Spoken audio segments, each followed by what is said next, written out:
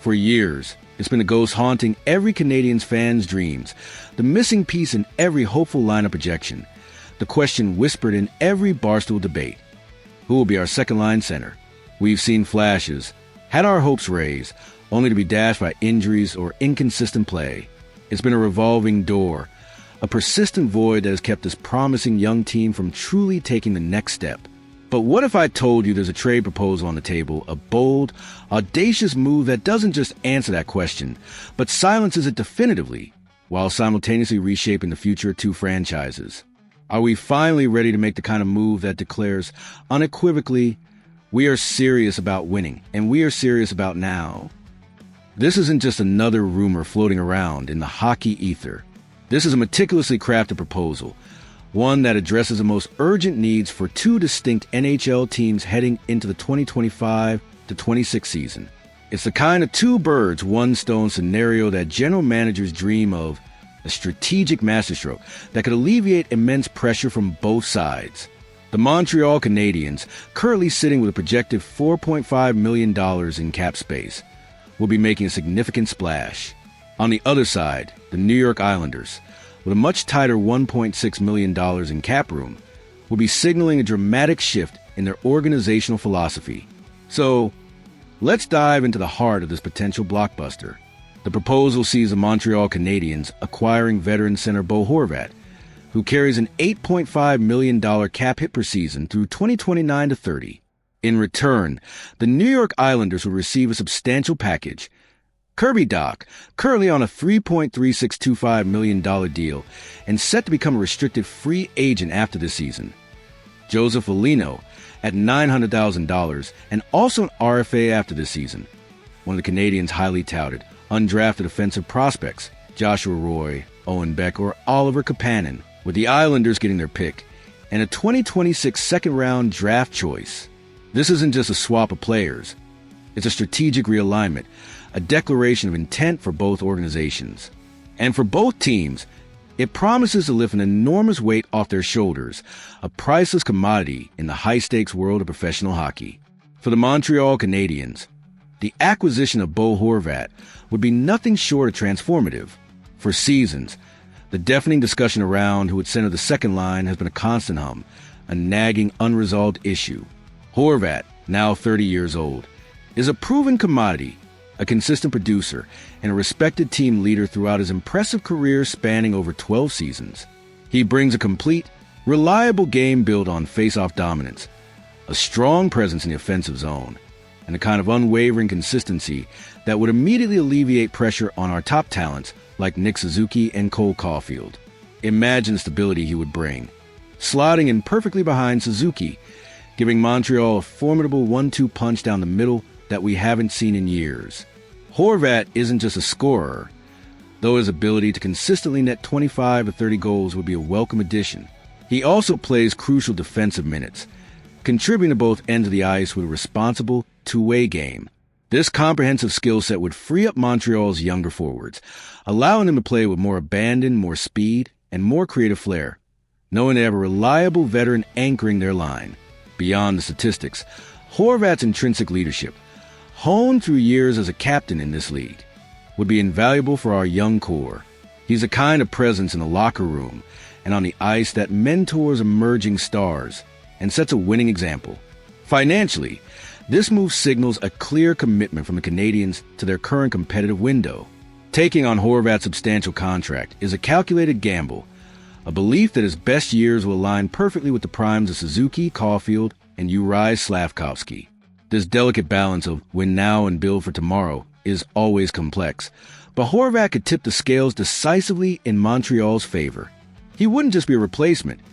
He would be the veteran pivot who elevates a team from promising to a reliable playoff contender.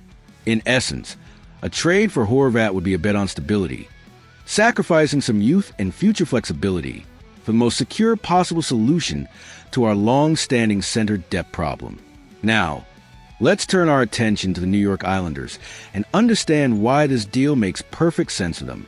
This trade proposal strongly reinforces a commitment of their new general manager, Matthew Darche, to a full-scale franchise rebuild.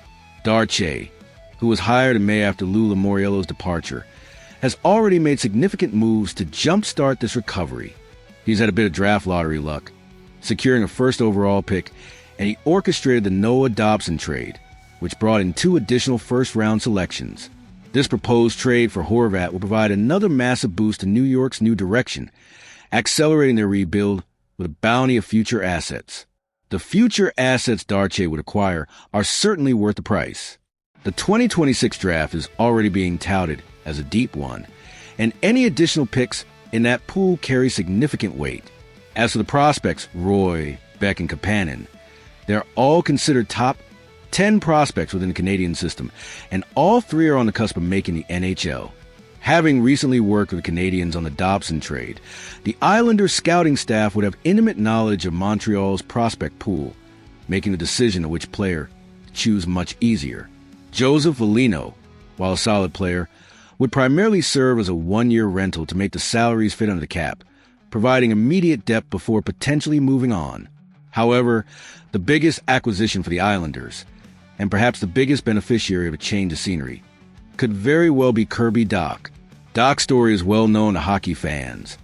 The 3rd overall pick in the 2019 draft by the Chicago Blackhawks, traded to the Canadiens in 2022.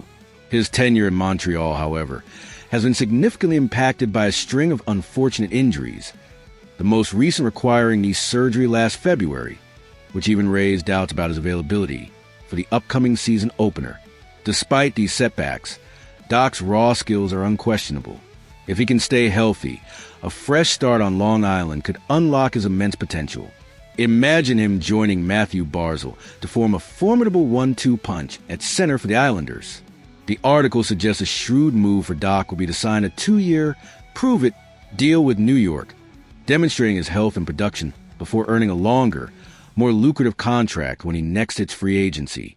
This trade offers Dach a chance to reset, to finally fulfill the promise that made him a top 3 pick, and become a cornerstone of the Islanders' new era. This isn't just a trade. It's a strategic pivot for both franchises. For the Canadiens, it's a bold declaration that the time for development is merging with the time for contention. It's a calculated risk, trading away youth and future flexibility for the immediate, tangible impact of a proven veteran. It means saying goodbye to a player like Kirby Dach, who, despite his injury struggles, still holds immense potential, and giving up a highly regarded prospect. That's a tough pill to swallow, an emotional wrench for many fans who have invested hope in these young talents. But it's a move that prioritizes stability, leadership, and a clear path to becoming a consistent playoff force. For the Islanders, it's a clear signal of full-scale rebuild, shedding a significant contract and acquiring a wealth of future assets and a high-potential change of scenery player in Dach. It's a painful but necessary step for a team looking to retool and build for sustained success down the line. Ultimately, this proposed trade represents a fascinating crossroads for both teams. For Montreal, it's a gamble on stability, a belief that Bo Horvat is a final, crucial piece to solidify our center depth and elevate us into true contention. It's a move that could transform the Canadiens from a promising young team into a legitimate threat, but it comes at the cost of beloved youth and future potential. It's a decision that would define an era. So, what do you think, Canadiens fans? Is Bo Horvat the answer we've been searching for? Even if it means parting ways with Kirby Dach and a top prospect, does this trade make us a legitimate contender now? Hit that like button if you believe this is a kind of bold move Kent Hughes should make, and let me know your thoughts and feelings in the comments below. Don't forget to subscribe for more in-depth analysis of your Montreal Canadiens.